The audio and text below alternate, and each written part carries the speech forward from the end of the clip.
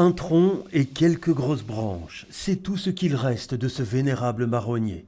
Lui, qui s'élevait hier encore à 18 mètres de haut, a été tronçonné par des élagueurs. Ce sont des raisons sanitaires et de sécurité qui ont justifié l'opération. L'arbre centenaire est malade, attaqué par un champignon. Mais fallait-il l'abattre pour autant?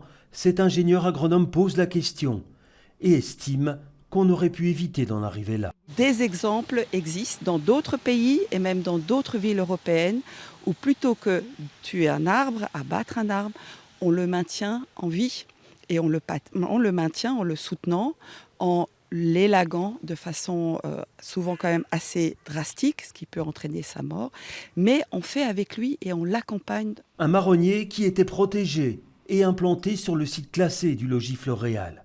La décision d'abattage a donc fait l'objet d'un rapport d'expertise et d'un accord de la Commission royale des monuments et sites. Selon ces spécialistes, il ne présentait plus des garanties de solidité suffisantes. C'est la région qui a délivré le permis et la commune estime également qu'il n'y avait pas d'autre choix. On comprend totalement l'émotion. Je pense que tous ceux qui ont connu l'arbre à Watermael ont ressenti cette émotion. Et c'est pour ça que je dis que cette décision n'a pas été prise de gaieté de cœur du tout. Mais voilà, malheureusement, à un moment donné, un arbre, c'est un sujet vivant et il faut qu'on évalue le danger qu'il représente aussi pour les habitants, pour la maison qui était voisine et pour les gens qui passent tous les jours en dessous. L'arbre n'a toutefois pas été totalement abattu. Dans ces conditions, il va continuer à dépérir. Et ses défenseurs demandent à ce qu'il soit laissé en l'état.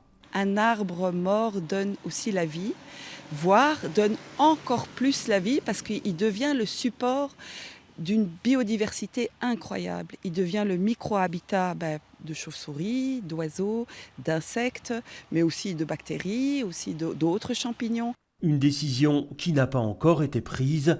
En principe, 2 châtaigniers doivent être replantés sur cette parcelle.